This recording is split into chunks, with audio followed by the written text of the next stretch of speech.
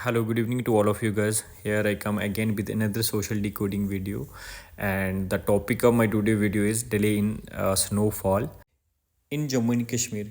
सो gas अगर हम Jammu and Kashmir की बात करें तो हमारा जो एंड ऑफ दिसंबर और जो बिगनिंग ऑफ जनवरी होती थी तो हमारा जितना ऑलमोस्ट हाईली एल्टीट्यूड होते थे जो हमारे जम्मू एंड कश्मीर में वो स्नोफॉल से फुली कवर्ड हो जाते थे, और जो कि इस बार नहीं देखने को मिला। 2024 में बहुत ज़्यादा डेफिसिट है रेनफॉल का भी और हमारा स्नोफॉल का भी। 69% जो रेनफॉल वो डेफिसिट में गया है, और इससे कहीं ना कहीं gas this is really a matter of great concern.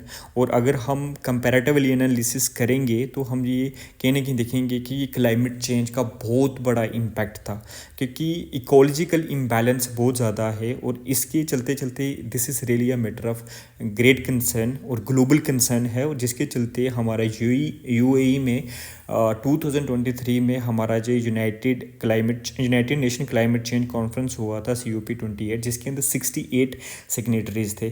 तो इनका जो प्राइम ऑब्जेक्टिव भी वो यही था कि ग्लोबल कूलिंग प्लेज इन्होंने लिया था, क्योंकि अगर हम बात करें तो हमारा जो पूरा का पूरा ग्लोब हो बहुत ज़्यादा उसका जो एवरेज टेम्परेचर बहुत ज़्यादा रेज कर चुका हुआ है। तो उसके चलते ही ये सारे हमारे क्लाइमेट चेंज जो हमें देखने को मिल रहे हैं, इसके चलते ही जो उसका एक विजिबल जो हमें क्लियर इफेक्ट दिखा वो इस पर दिखा है कि हमारे यहाँ पे डिले हुआ है स्नोफॉल के अंदर।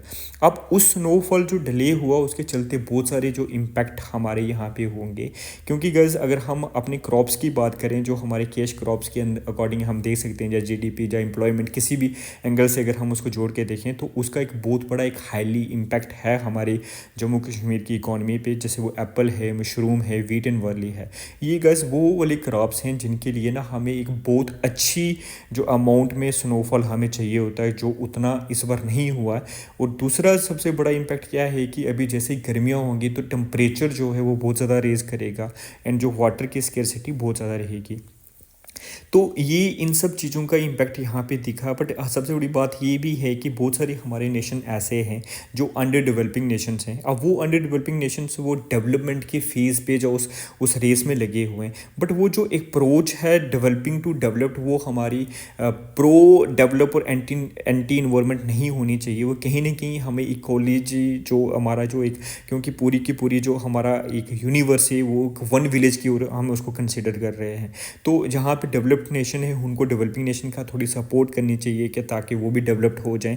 और जो डेवलपिंग नेशन है उनको ये ख्याल रखना चाहिए कि हमें कम से कम भी हम अपने जो इन्वायरमेंट को उसको हार्म करें, सो दैट कि हम जो थ्रेट्स हैं उनसे बच सकें। जो इकोलॉजिकल थ्रेट्स होने चाहिए, जो इकोलॉजिकल डिजास्टर्स होने वाले हैं, हम उनसे बच पाएंगे। नहीं तो हमारा अभी देख लिया कि अब जस्ट इमेजिन करो कि अभी एवरेज टेम्परेचर है वो जो एवरेज टेम्परेचर वो कितना राइज कर लेगा।